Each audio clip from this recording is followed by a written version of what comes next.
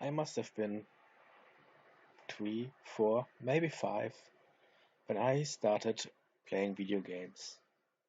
I went over to a friend who had an Atari 2600, and most of the games were like this one screen. And that was it for us. This was how we knew gaming. But there was one gaming that blew my mind back then and actually made me a big fan of video games. The game was called Helicopter Emergency Rescue Operation, or short H.E.R.O, and it was awesome.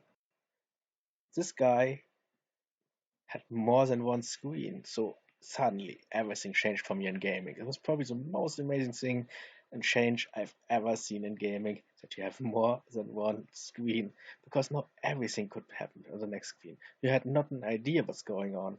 That is what this game was making it so special. And also, back then you could only usually go left, right, up, down, and shoot maybe.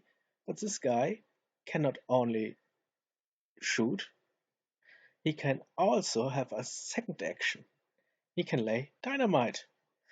That was also, wow, this game could do anything. And suddenly you have lots of imagination that these boundaries that we knew before were not there anymore. That is why Hero was for me so important. I know there were games probably which could do the same, but that was just for me the first game who could do it. And I was a young child.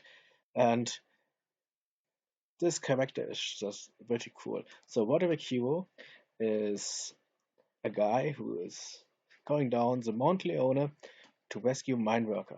So that is why he has dynamite and his trusty helicopter backpack and is just exploring the cave system. The game is not always fair. You have seen here um, sometimes the lanterns are just in places where you automatically yeah, get in touch with when they're going out.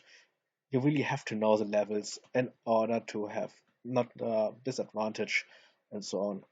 So also have light effects and so on. So this one is now a sprite only version because it was also done for this same kind of combo for which Sprite Invaders, the game I used in the beginning, um, has won the first prize. This has won the second prize.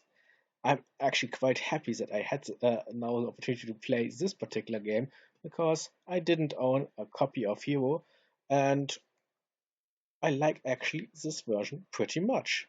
It plays perfectly. Everything what I do here wrong is my fault. At least it feels like it.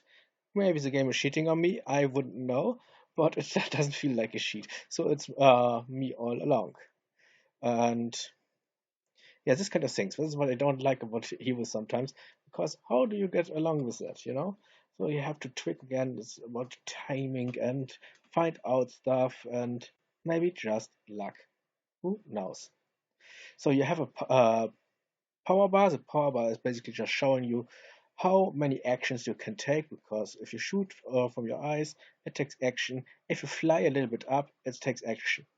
Sadly, you cannot fly as long as you want, because well, Hero just can't do it. No matter how big the power bar is, he can't do it. Having an empty power bar doesn't mean that you can't do the actions anymore. It just means that the game is over, or better, you will lose a life. That's basically it. But this version is pretty well done.